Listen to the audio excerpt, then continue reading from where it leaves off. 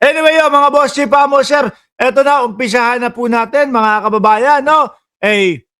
Siyempre, umpisahan natin sa shoutout. Nandiyan si Chi, nandiyan si Ma'am Delia Rosario, nandiyan si Shiro Kansaki, si Ma'am Neng Gigi, si Cereza Force Founder, nandiyan, no? Birthday, happy birthday, boss! No? Magandang gabi po dyan sa inyo, o magandang umaga kung saan man sulok kayo ng mundo. Happy birthday po, founder ng Cereza Force, si Chai Cher. Nandiyan din po, sino pa?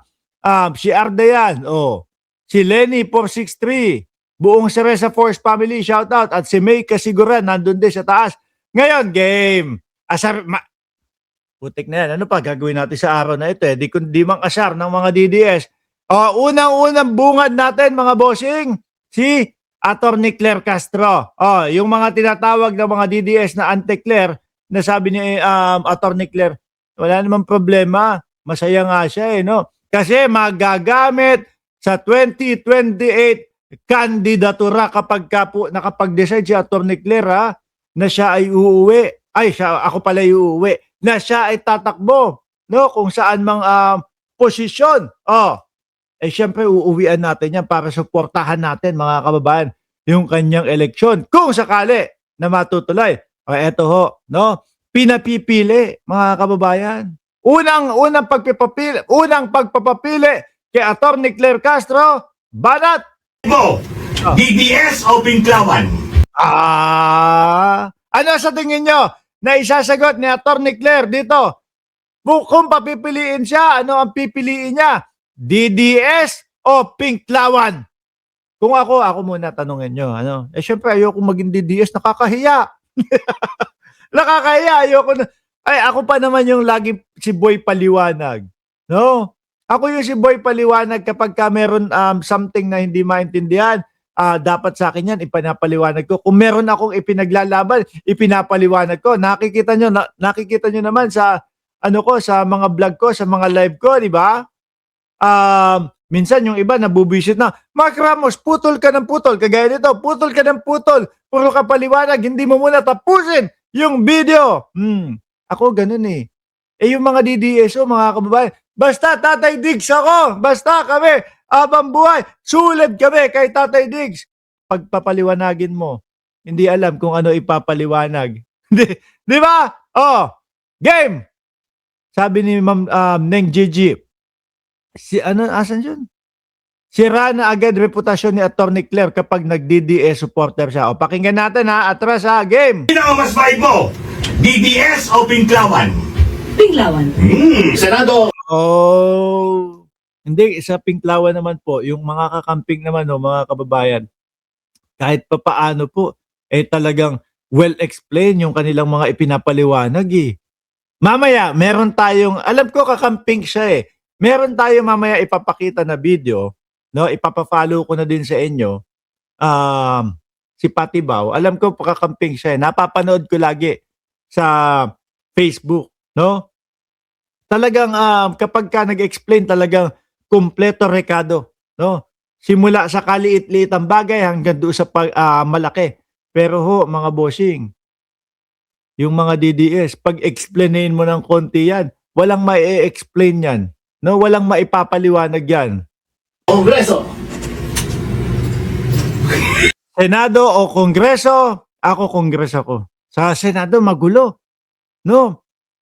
Sa Senado, puro mga DDS Puro mga Duterte, mga senators natin Sa Congress naman po, nagkakaisa. Lalong-lalo na, nung si Martin Romualdez, yung talagang speaker, nakakamiss din, Kasi yung kay Martin Romualdez, nung speaker siya, may quadcom. Yung mga talagang iniimbestigahan. Lahat-lahat dito, masyadong tahimik. Hindi ko naman siya binabanatan, tinitira si Ombudsman, si House Speaker, Boji, pero masyadong tahimik ko. Iba yung iba yung atake nung leadership ni Martin Romualdez Talagang nabubuko natin yung mga kalokohan ng mga politiko, nabubuko natin yung mga kalokohan ng malalaking mga tao. Game! Kongreso. Lenny, Robredo o Rizal Tiberos? Dipilen. Yan. BP. Ako naman, Risa.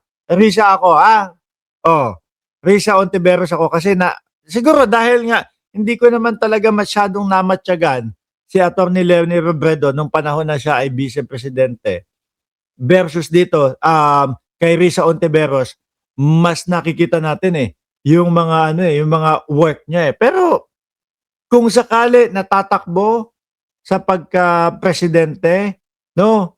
Or vice president, itong dalawa na to, sino? Mas more on Risa Ontiveros pa rin ako. Bakit? Kasi nga sabi ni Atty. Leonie Robredo, wag na natin siya pakialaman doon sa Naga at tatapusin niya yung kanyang termino ng pagiging mayor, di ba? Sara Duterte or Bongo? Bongo na. Bungo? Naku po, yan ang maganda. Bakit to, mga kababayan? Sara Duterte versus Bongo. Kung papipiliin mo naman ako at yung dalawa lang talaga at kinakailangan talagang bumoto, no?